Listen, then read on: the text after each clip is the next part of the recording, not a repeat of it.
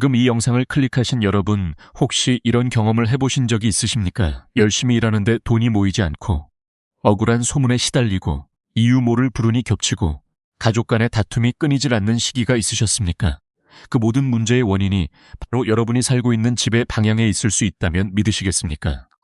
오늘 이 영상에서 성철스님께서 평생 동안 반드시 피하라고 경고하신 방향이 있습니다. 이 방향을 바라보는 집에 살면 아무리 열심히 노력해도 재물복이 새어나가고, 구설수가 꼬리를 물고 인간관계가 무너지고 건강까지 위협받을 수 있다고 스님은 단호하게 말씀하셨습니다. 오늘 이 영상 하나가 여러분의 남은 인생을 완전히 바꿀 수 있습니다. 끝까지 반드시 보셔야 합니다. 지금 바로 시작합니다. 성철스님은 한국 현대불교에서 가장 엄격하고 가장 솔직하신 분으로 알려져 계십니다. 스님은 사람들이 듣기 좋아하는 말씀만 하시는 분이 절대 아니셨습니다. 불편한 진실도 단호하게 말씀하셨고, 사람들이 잘못된 길로 가고 있을 때는 직접 제동을 거셨습니다. 성철스님이 이런 말씀을 하셨습니다. 나는 사람들에게 좋은 말만 해주는 스님이 되고 싶지 않다. 잘못된 것을 잘못됐다고, 위험한 것을 위험하다고 말해줘야 그것이 진짜 자비다라고요. 오늘 영상이 바로 그런 자비의 가르침입니다. 여러분이 절대로 사면 안 되는 아파트 방향, 그리고 그 이유를 지금부터 하나하나 낱낱이 밝혀드리겠습니다. 먼저 오늘 이야기의 기반이 되는 풍수지리의 원리부터 이해하셔야 합니다. 성철스님은 풍수를 단순한 미신이나 술수로 보지 않으셨습니다. 스님은 풍수는 하늘과 땅과 사람이 어떻게 연결되어 있는지를 아는 학문이다. 이것은 수천 년간 우리 조상들이 몸으로 경험하고 지혜로 정리한 삶의 과학이다 라고 하셨습니다. 스님은 특히 기운의 흐름에 대해 강조하셨습니다. 기운은 눈에 보이지 않지만 반드시 존재한다. 강물이 높은 곳에서 낮은 곳으로 흐르듯이 기운도 일정한 방향과 원칙으로 흐른다. 그 흐름을 거스르는 방향에 집을 지으면 그 집은 기운의 저항을 받게 된다고 하셨습니다. 이 원리가 오늘 이야기 전체의 핵심입니다. 이제 본론입니다. 성철스님이 가장 먼저 그리고 가장 강하게 경고하신 방향이 있습니다. 정북향, 즉 북쪽을 정면으로 바라보는 방향입니다. 스님은 북향에 대해 이렇게 말씀하셨습니다. 북향집은 태양이 등을 돌린 집이다. 하늘이 가장 소중한 선물인 햇빛을 이 집에만 주지 않는다. 빛이 없는 곳에 어둠이 자리하고 어둠이 자리한 곳에 막힌 기운이 쌓인다. 이 막힌 기운이 재물을 막고 인연을 막고 건강을 막는다고 하셨습니다. 스님의 이 말씀은 단순한 경고가 아닙니다. 북향집이 왜 이토록 문제가 되는지 하나하나 짚어드리겠습니다. 북향 아파트의 첫 번째 문제는 음기의 과잉 축적입니다. 풍수에서 북쪽은 수기의 방향이자 음기가 가장 강한 방향입니다. 이 방향을 정면으로 향한 집은 하루 종일 음기를 직접 받아들이게 됩니다. 성철스님은 이렇게 설명하셨습니다. 음기는 나쁜 것이 아니다. 음기와 양기가 균형을 이룰 때 그곳에 생기가 돈다. 그런데 북향집은 음기만 넘치고 양기가 부족하다. 이것은 마치 물만 있고 불이 없는 부엌과 같다. 요리를 할 수 없는 부엌에서 어떻게 풍성한 밥상이 나오겠는가라고요. 이 비유가 정확합니다. 재물도 마찬가지입니다. 음양의 균형이 깨진 공간에서는 재물이 쌓이지 않고 오히려 새어나가게 됩니다. 북향 아파트의 두 번째 문제는 차가운 기운이 만들어내는 관계의 문제입니다. 성철스님은 이렇게 말씀하셨습니다. 북향집에서 오래 살면 그 집 사람들의 성품이 점점 차가워진다. 공간의 차가운 기운이 사람의 감정에도 영향을 미친다.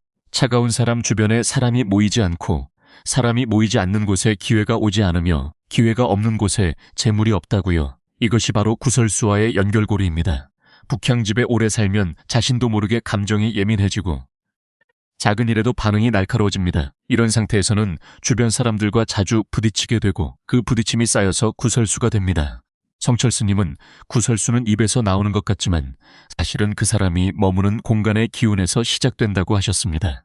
북향 아파트의 세 번째 문제는 건강 문제입니다. 이것은 영적인 문제이기 이전에 과학적으로도 검증된 문제입니다. 성철 스님은 햇빛이 들지 않는 집에서 오래 살면 몸이 약해진다. 햇빛은 비타민 D를 만들고 비타민 D는 뼈를 강하게 하고 면역력을 높인다. 이것을 현대의학이 밝혀냈지만 우리 조상들은 수천 년 전부터 이미 알고 있었다고 하셨습니다. 건강이 나빠지면 병원비가 나가고 일을 못하게 되고 소득이 줄고 결국 재물이 빠져나갑니다.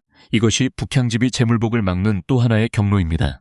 자, 그렇다면 북향 다음으로 피해야 할 방향은 어디일까요? 성철스님이 두 번째로 강하게 경고하신 방향은 바로 서북향입니다. 서북 쪽을 바라보는 아파트는 북향보다도 더 특별히 위험한 이유가 있습니다. 스님은 이렇게 말씀하셨습니다. 서북쪽은 하늘이 문을 닫는 방향이다. 풍수에서 서북쪽은 건방이라고도 하는데 이 방향은 하늘의 기운이 내려오는 것을 막는 성질이 있다. 하늘의 기운이 막히면 그 집에 사는 사람에게 하늘이 내리는 복인 천복이 차단된다고 하셨습니다. 이 천복의 차단이 무서운 이유가 있습니다. 우리가 아무리 노력해도 하늘의 도움 없이는 이루기 어려운 것들이 있습니다. 좋은 사람과의 만남, 기가 막힌 타이밍에 찾아오는 기회, 예상치 못한 횡재, 이런 것들이 모두 천복에 해당합니다. 서북향 집에 살면 이런 하늘의 선물들이 좀처럼 찾아오지 않는다고 성철스님은 경고하셨습니다. 서북향 집이 특히 구설수와 연결되는 이유도 있습니다. 성철스님은 서북 쪽 바람은 차갑고 건조하다. 이 바람이 집 안으로 파고들면 그 집의 기운이 메마르게 된다. 메마른 기운은 갈등을 만든다. 가족 간에 이유 없이 다툼이 잦아지고 직장에서 오해가 생기고 오래된 친구와 사이가 나빠지는 일이 생긴다. 이 모든 갈등이 쌓여서 구설수가 된다고 하셨습니다. 서북양 집에 사는 분들 중에서 특히 직장 내 인간관계나 사업 파트너와의 갈등을 자주 경험하시는 분들이 있다면 오늘 이 말씀을 주의 깊게 들어주시기 바랍니다. 성철스님이 세 번째로 경고하신 방향은 정서양입니다. 서양에 대해서는 조금 복잡한 이야기가 있습니다. 서양이 무조건 나쁜 것은 아닙니다. 그러나 특정 조건이 갖춰지지 않은 상태에서의 서야장은 상당한 문제를 일으킬 수 있다고 하셨습니다.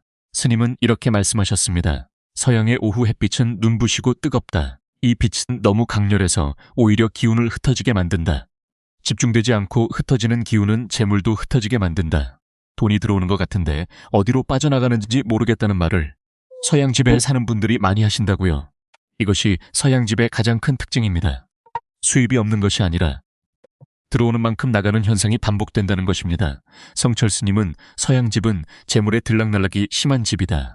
이 집에서 재물을 모으려면 엄청난 의지와 절제가 필요하다고 하셨습니다. 서양 집과 구설수의 관계도 말씀드려야겠습니다. 서양의 강한 오후 햇빛은 집안의 기운을 들뜨게 만드는 성질이 있습니다. 성철스님은 들뜬 기운 속에 사는 사람은 언행이 경솔해지기 쉽다. 경솔한 언행이 쌓이면 남에게 상처를 주고 상처받은 사람이 만드는 것이 구설수다 라고 하셨습니다. 또한 서양의 뜨거운 오후빛은 사람의 감정을 자극하여 충동적인 결정을 내리게 만들 수 있는데 이 충동적인 결정이 나중에 문제가 되는 경우가 많다고 하셨습니다. 이제 성철스님이 경고하신 방향들 중 가장 충격적인 이야기를 드릴 차례입니다. 스님은 단순히 방향만의 문제가 아니라 아파트 단지에서의 위치와 주변 환경을 함께 봐야 한다고 강조하셨습니다. 스님은 이렇게 말씀하셨습니다. 집의 방향이 아무리 좋아도 그 집 앞에 무엇이 있느냐에 따라 기운이 완전히 달라진다. 좋은 방향의 집도 나쁜 무언가와 마주하고 있으면 그 나쁜 기운을 정면으로 받게 된다고요. 스님은 특히 5가지 위치를 절대로 피하라고 강조하셨습니다. 첫 번째로 피해야 할 위치는 아파트 정면의 병원이나 장례식장이 보이는 집입니다. 성철스님은 병원과 장례식장은 고통과 이별의 기운이 집중된 곳이다. 이 기운이 집 안으로 들어오면 그 집에 사는 사람의 건강과 활력이 조금씩 소진된다. 재물이 쌓이려면 건강하고 활동적이어야 하는데 이 기운이 그것을 방해한다고 하셨습니다.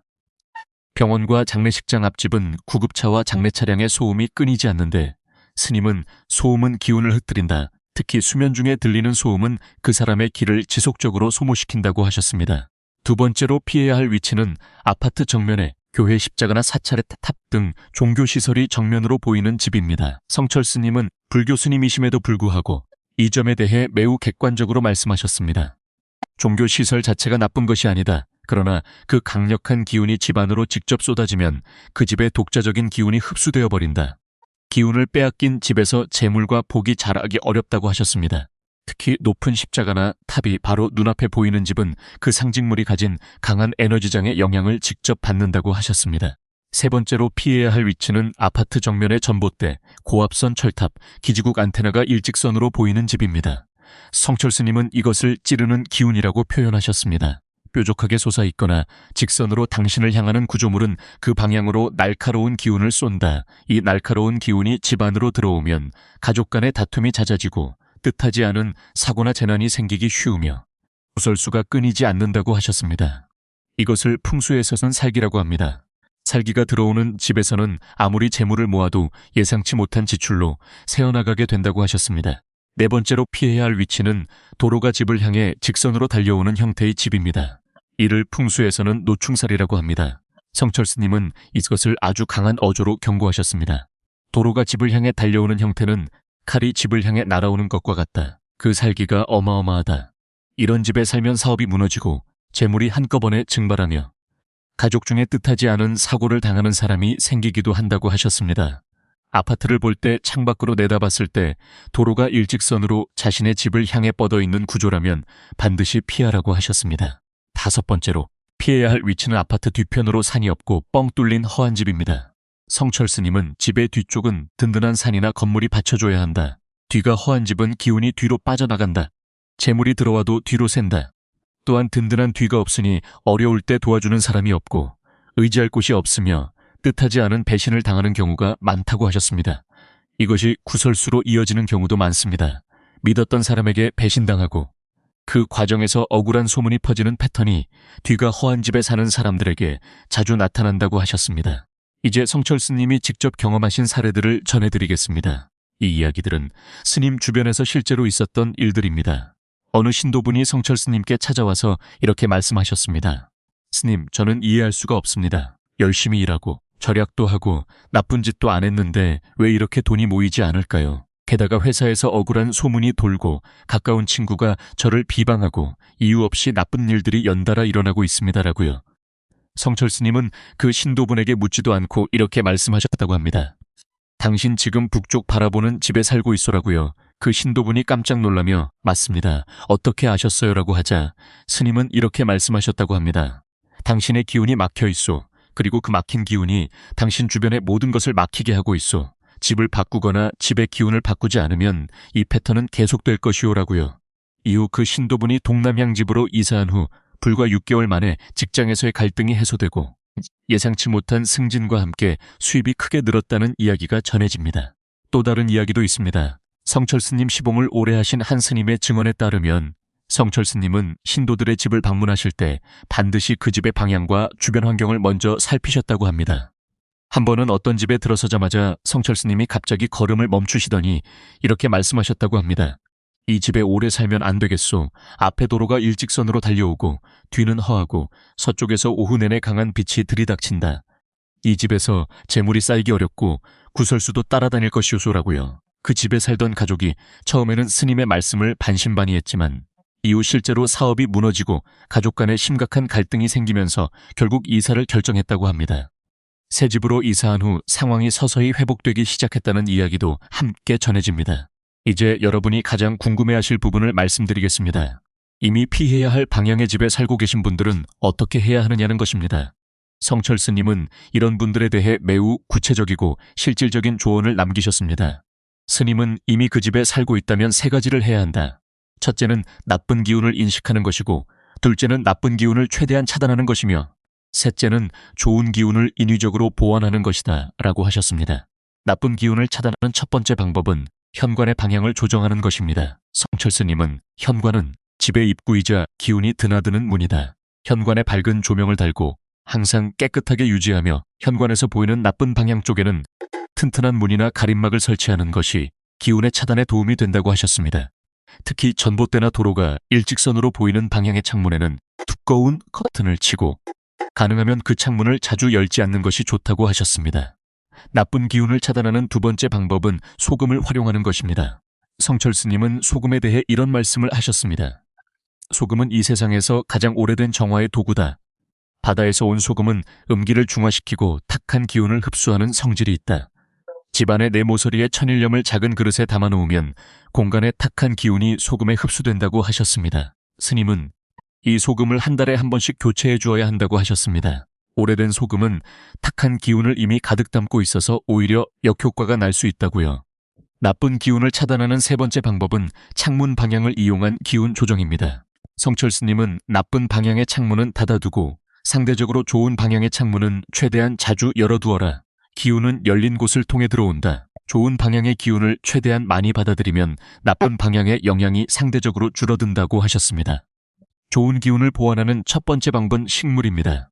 이 부분은 앞선 영상에서도 말씀드린 바 있지만 나쁜 방향의 집에서는 특히 더 중요합니다. 성철 스님은 살아있는 식물은 공간의 기운을 정화하는 가장 자연스러운 방법이다. 특히 잎이 크고 초록빛이 강한 식물들이 음기를 흡수하고 양기를 내뿜는 데 효과적이다 라고 하셨습니다. 북향이나 서북향 집이라면 실내에서 잘 자라는 관엽식물들을 최대한 많이 배치하라고 하셨습니다. 식물이 생기 있게 잘 자라고 있다면 그 공간의 기운이 회복되고 있다는 신호이고, 식물이 자꾸 시들고 죽는다면 그 공간의 기운이 너무 강하게 막혀 있다는 경고라고 하셨습니다. 좋은 기운을 보완하는 두 번째 방법은 소리를 활용하는 것입니다. 성철 스님은 소리는 기운을 움직인다. 맑고 아름다운 소리는 막힌 기운을 흔들어 풀어준다고 하셨습니다. 스님은 특히 풍경 소리, 물 흐르는 소리, 새 소리를 권하셨습니다. 창가에 작은 풍경을 달거나 실내 분수를 놓거나 새소리 음악을 틀어두는 것이 기운 보완에 도움이 된다고 하셨습니다. 단 전자기기에서 나오는 인위적인 소리는 기운 보완 효과가 자연 소리에 비해 훨씬 약하다고 하셨습니다. 좋은 기운을 보완하는 세 번째 방법은 빛을 보충하는 것입니다. 성철 스님은 자연광이 부족한 집에서는 인공 조명으로라도 밝기를 보완해야 한다. 집 안 어느 곳도 어두운 곳이 없도록 하라. 어두운 구석은 탁한 기운이 쌓이는 자리가 된다고 하셨습니다. 특히 북향집이라면 집 안 전체의 밝기를 일반 집보다 훨씬 높게 유지하는 것이 필수라고 하셨습니다. 스님은 인공 빛이 자연광을 완전히 대체할 수는 없지만 빛이 없는 것보다는 훨씬 낫다고 현실적인 조언을 주셨습니다. 이제 성철 스님이 구설수에 대해 하신 아주 특별한 말씀을 전해드리겠습니다. 스님은 구설수의 원인을 집의 방향에서만 찾지 않으셨습니다. 스님은 이렇게 말씀하셨습니다. 나쁜 방향의 집이 구설수를 만들기 쉬운 환경을 제공하는 것은 사실이지만 그 집에 사는 사람의 행동이 구설수를 직접 만드는 것이다. 집의 방향은 씨앗이 자라기 쉬운 토양을 만들어줄 뿐이다. 씨앗 자체는 사람이 심는다고요. 이 말씀의 의미는 무엇일까요? 나쁜 방향의 집에 살더라도 자신의 언행을 조심하고 관계를 신중하게 가꾸며 남의 이야기를 함부로 하지 않는다면 구설수를 어느 정도 예방할 수 있다는 것입니다. 스님은 풍수는 운명을 결정하는 것이 아니라 운명의 방향에 영향을 미치는 것이다. 최종 결정자는 항상 그 집에 사는 사람 자신이다라고 하셨습니다. 성철 스님은 또한 아파트를 선택할 때 반드시 확인해야 할 체크리스트를 말씀해 주신 바 있습니다. 스님은 집을 보러 갈 때 눈에 보이는 것만 보지 말고 반드시 느낌을 살펴라고 하셨습니다. 구체적으로 스님이 말씀하신 체크리스트를 정리해 드리겠습니다. 첫째, 그 집에 들어섰을 때 처음 드는 느낌이 무겁고 답답한가 아니면 가볍고 상쾌한가를 확인하라고 하셨습니다. 첫 느낌은 우리의 본능이 그 공간의 기운을 감지하는 것이라고 하셨습니다. 둘째, 그 집에 오래 살던 이전 세입자가 왜 이사를 갔는지 확인하라고 하셨습니다. 이전 세입자가 돈 문제나 건강 문제로 이사 갔다면 그 집의 기운이 이미 사람을 힘들게 했다는 신호다라고 하셨습니다. 셋째, 집 안에서 가장 오래 시간을 보낼 공간, 즉 안방과 거실에 충분한 자연광이 들어오는지 반드시 확인하라고 하셨습니다. 넷째, 집 주변 반경 500m 안에 무엇이 있는지 직접 걸어서 확인하라고 하셨습니다. 병원, 장례식장, 교도소, 폐공장, 쓰레기 처리장 같은 시설이 인근에 있다면 주의하라고 하셨습니다. 성철 스님은 이런 말씀도 하셨습니다. 사람들이 집을 살 때 가장 먼저 보는 것이 가격이고 두 번째가 학군이며 세 번째가 교통이다. 기운은 마지막에 보거나 아예 보지 않는다. 그런데 그 기운이 그 집에서 살아갈 수십 년의 운을 결정한다. 순서가 바뀌어도 한참 바뀐 것이다라고요. 이 말씀이 오늘 영상의 핵심 메시지이기도 합니다. 집은 단순한 부동산이 아닙니다. 집은 그 안에 사는 사람의 기운과 운명에 직접적인 영향을 미치는 살아있는 공간입니다. 이제 오늘 영상의 마무리를 향해 가겠습니다. 성철 스님은 마지막으로 이런 중요한 말씀을 남기셨습니다. 좋은 집을 찾는 것도 중요하지만 어떤 집에서든 그 집을 좋게 만들 수 있는 사람이 되는 것이 더 중요하다. 마음이 밝고 언행이 바르고 이웃을 사랑하고 부모에게 효도하는 사람은 어느 방향의 집에 살아도 그 집에 좋은 기운을 만들어낸다고요. 이 말씀이 오늘 영상에서 제가 가장 전하고 싶은 핵심입니다. 풍수를 알고 나쁜 방향을 피하는 것은 지혜로운 일입니다. 그러나 그보다 더 근본적인 지혜는 자신의 내면을 밝히는 것입니다. 오늘 영상에서 말씀드린 내용을 다시 한번 간략히 정리해 드리겠습니다. 절대 사면 안 되는 아파트 방향은 정북향, 서북향, 그리고 조건이 갖춰지지 않은 정서향입니다. 절대 피해야 할 위치는 병원이나 장례식장 정면, 종교시설 정면, 전봇대나 고압선이 일직선으로 보이는 곳, 도로가 집을 향해 달려오는 곳, 뒤가 허한 곳입니다. 이미 이런 조건의 집에 살고 계신다면 소금 정화, 식물 배치, 인공 조명 보완, 좋은 방향 창문 열기를 실천하시기 바랍니다. 그리고 무엇보다 자신의 언행을 바르게 하고 마음을 밝게 유지하는 것이 가장 강력한 풍수 처방임을 기억하십시오. 성철 스님의 말씀으로 오늘 영상을 마무리하겠습니다. 집이 사람을 만들고 사람이 집을 만든다. 이 둘은 서로를 비추는 거울이다. 지금 당신의 집이 어떤 방향을 향하고 있는지 확인하십시오. 그리고 동시에 당신의 마음이 어떤 방향을 향하고 있는지도 확인하십시오. 두 방향이 모두 밝은 쪽을 향할 때 그 사람의 인생에 진정한 재물복과 평안이 찾아온다고요. 이 영상이 여러분의 집과 삶에 작은 변화를 가져주는 시작이 되기를 진심으로 바랍니다. 도움이 되셨다면 좋아요와 구독, 댓글로 여러분의 집 방향 이야기를 나눠주세요. 다음 영상에서도 성철스님의 귀한 가르침으로 찾아뵙겠습니다. 감사합니다.